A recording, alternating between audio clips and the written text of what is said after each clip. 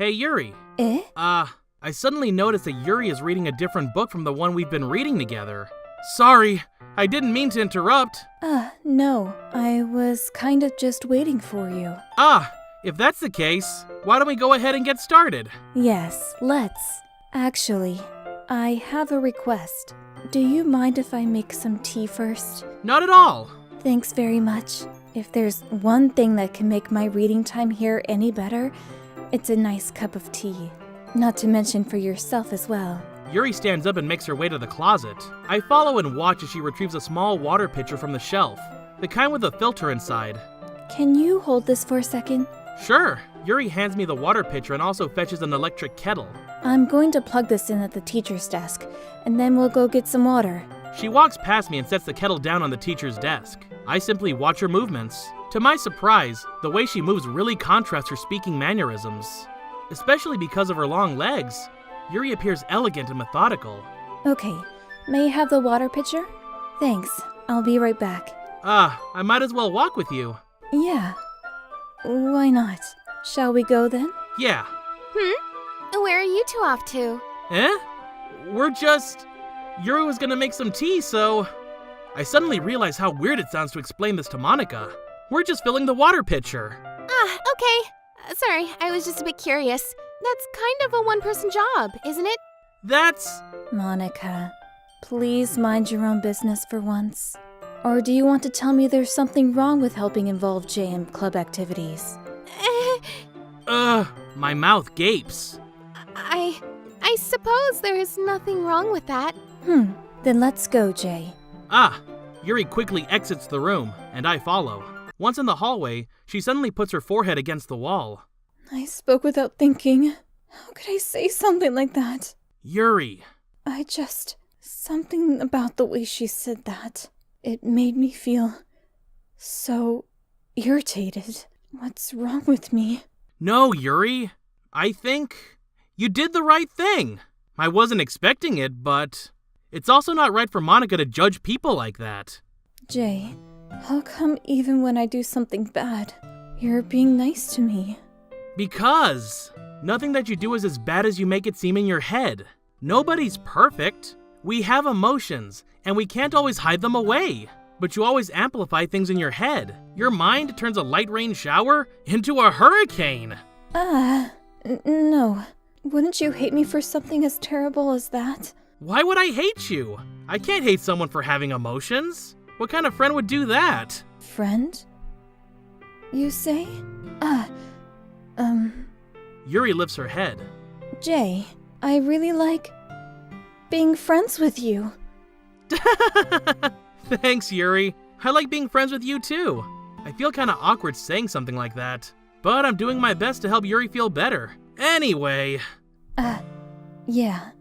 Shall we go? Yeah. Yuri and I walk to the nearest water fountain. Once we fill up the water pitcher, we return to the classroom. Jay, do you like oolong tea? Yeah. Anything is fine. Very well. Yuri sets the temperature on the kettle to 200 degrees. Now it's time to get the teapot. You really do this properly, don't you? Of course. I shouldn't do any less when I'm making tea for others. Even if I'm not an expert on tea or anything? In that case, you will only be even more impressed. Perhaps I will. Yuri fetches the teapot and begins measuring the tea leaves. To my surprise, she even starts humming a little to herself. You must be in a good mood now. Is that so? I was just letting it show. And you noticed. I was doing a bit of thinking, and I decided that I would try expressing myself a little bit more. It turns out it's not very hard for me to do, when it's you who's around anyway. That's great, Yuri. Just don't push yourself too much. You're always worrying about me, Jay. It's very endearing. Yuri wasn't kidding. I don't even know if I can keep up with this. I watch Yuri pour a cup of tea for each of us. Jay, I have another request. Do you mind if we sit on the floor today? Why's that? It's a little bit easier on my back. I can read with my back against the wall rather than bending over at my desk. Sorry. I didn't realize. No worries. I just have back pain fairly regularly, so I do my best to manage it. Is that so? I wonder why that is. It's most likely because my My... Your posture, right? Always hunched over like that while reading? Yes! I have terrible reading posture, so that's why we should sit on the floor. Fair enough. I'll go ahead and get the book. I retrieve the book from my bag. Ah, I have some chocolate as well. It's a bag of small chocolate candies that I kept hidden from Sayori's candy radar. I take it, since it'll go well with the tea. Yuri and I then sit against the wall, teacups at our sides. As if in sync, we assume the same reading position as last time, each holding one half of the book. Except this time, our bodies are even closer to each other. I can't see too well. Ah! Yuri slides closer until our shoulders are touching. How am I supposed to focus on reading like this? Yuri was always kinda cute, but when she's being less apprehensive, it's almost more than I can handle. Your teacup. Yuri hands me my teacup.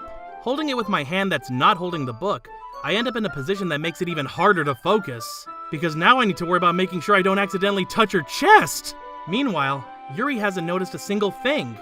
She wears her intense reading expression, and I can only presume that the world around her has faded away. I use all my willpower to focus on reading. After a few minutes, I finally manage to relax a little. I put the teacup between my legs and fumble with the chocolate wrapper. Ah, sorry. I briefly let go of the book to finish opening the wrapper. You can have as much as you want. That's okay. I won't take any. Eh? Are you sure? Well, if I touch it, then it might get smudges on the pages. Ah, you're right. I didn't even think about that. My bad. No need to apologize. I'll hold the book, okay? Are you sure? Of course. Yuri opens the book with both hands. She holds it so that I don't have any harder of a time reading from it. But as a result, her left arm is practically resting on top of my leg. Well, in that case, Yuri is already totally focused on reading again. I take a chocolate candy and pop it into my mouth. Then I take another chocolate, and I hold it up to Yuri. She doesn't even look away from the book. She simply parts her lips as if the situation was completely natural. But that means I can't stop here. I apprehensively place the chocolate in her mouth. Just like that, Yuri closes her lips over it. Yuri's expression suddenly breaks. Did I just... Yuri looks at me like she needs to confirm what just happened. Jay. Sorry! I guess I shouldn't have done that. Well, we're just helping. That's something that friends do, right? I mean, not really in this kind of context, but yeah, that's all it was. Yeah, then. You don't need to stop or anything. I see. The situation has gotten really tense. Yuri tries to return to the book, but I can tell just by her expression that she can't even focus now. My heart is pounding. I nervously take another chocolate between my fingers, but this time, Yuri's eyes meet mine. How did it even come to this? Yuri doesn't avert her gaze. I notice her chest rising and falling to the rhythm of her breaths. I raise my arm. Like before, Yuri parts her lips. But it's different this time. I take the chocolate and place it in her mouth. I feel her hot breath on my fingers. Okay, everyone! What? Yuri jolts back. It's time to share poems. Jay, you can help Yuri put away that tea stuff, right? Yeah, of course. Okay, thanks. The spell is abruptly broken. I'll take care of the cups. Yeah, Yuri picks up the teacups from the floor. I pick up the bag of chocolates. In the end, we hastily clean up without so much as a word between us. I get the feeling this is something neither of us will have the courage to bring up. Who should I show my poem to first?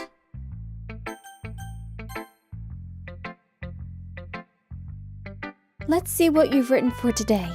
Ooh. Yuri stares at the poem with a surprised expression on her face. Do you like it? Jay, this one might even be better than yesterday's. How did you pick up on this so quickly? Just yesterday, I was telling you the kind of techniques worth practicing. Maybe that's why. You did a good job explaining. I really wanted to try giving it more imagery. Yuri visibly swallows. Even her hands appear sweaty. I'm not used to this. Used to what? I don't know. It's fine. Take your time. Yuri breathes and collects her thoughts. I know that Yuri likes to think before she speaks, so I offer that patience to her. Yeah. Just being appreciated like this. I guess it probably sounds really stupid, but seeing someone motivated by my writing, it just makes me really happy. Are you saying you've never shared your writing before? Yuri nods. Really? I don't believe it! I really only write for myself. And besides, people would just laugh at me. Do you really think that? Again, Yuri nods. Huh, even your close friends? Yuri doesn't respond to that. I wonder why. Anyways, do you want to share the poem you wrote today? Yeah, I do. If it's with you. I was a little more daring with this one than yesterday's. I can see that. It's a lot more metaphorical. I don't know if it's my fault, but I can't begin to imagine what this poem is about. That's right. It's a bit closer to my preferred writing style. Using the poem as a canvas to express vivid imagery and conveying emotions through them. Yeah, if I take it at face value, then I can't even figure out what it's supposed to mean. Well, I think it's something that different people can relate to in their own way. I wanted to express the way it feels for me to indulge in my more unusual hobbies. It's those sorts of things I'm usually forced to keep to myself. So I sometimes enjoy writing about them. Why do you keep them to yourself? Because they're embarrassing, and people would make fun of me. Don't you have anything like that, Jay? Well, yeah, I guess I do. I feel like everyone has a little something like that. The best thing we can do is respect each other in our individualities, even if it's difficult sometimes and some things make us uncomfortable. After all, if I hadn't learned to embrace my own weirdness, I would probably hate myself.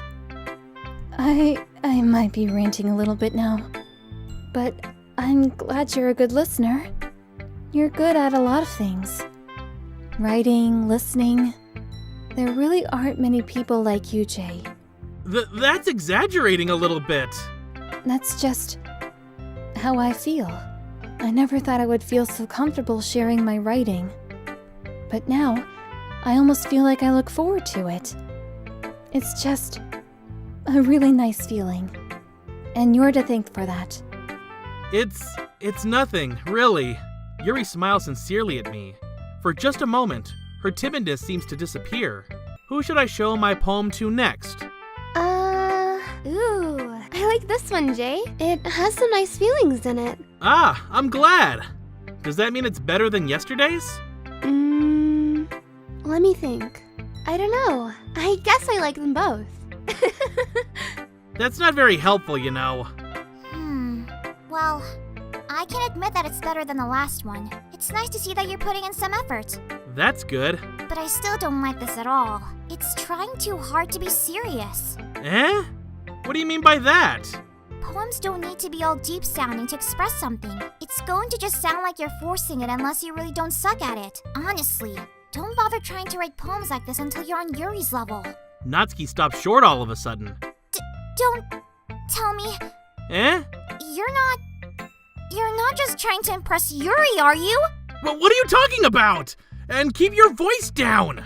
You know Yuri would love this this angsty... Just because she's a talented writer doesn't mean... Looks like I'm in trouble. I somehow struck a nerve, though what I did is beyond me.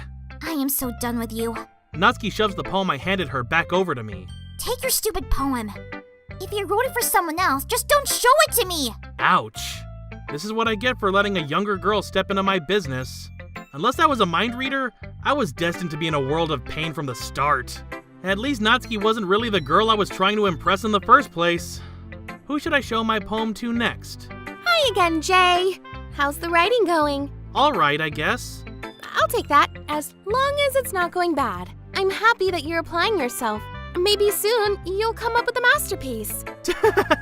I wouldn't count on that. You never know. Want to share what you wrote for today? Sure, here you go. I give my poem to Monika. Alright. This one's good. It feels like you're not only getting more comfortable with your style, but the imagery is better than the last one I read. Just wondering, but have you been finding inspiration in Yuri's writing style? I guess so. You can't deny that she's talented. Yeah, totally. I think her poems are the most romantic. That's the best way to describe it. She's like a totally different person when she picks up a pen. I noticed that too. Or when she's talking about literature, it's like a light turns on inside her. Sadly, it's hard to get much personal conversation out of her. Trust me, I've tried. Who knows what goes on in that head of hers? I hope you don't mean that in a bad way. Oh, no, of course not.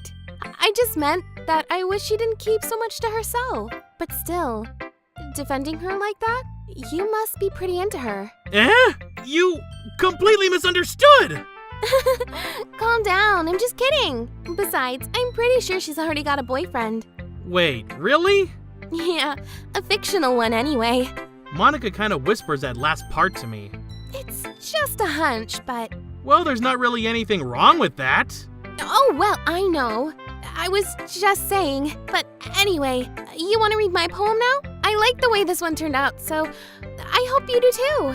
Alright, let's take a look. Well...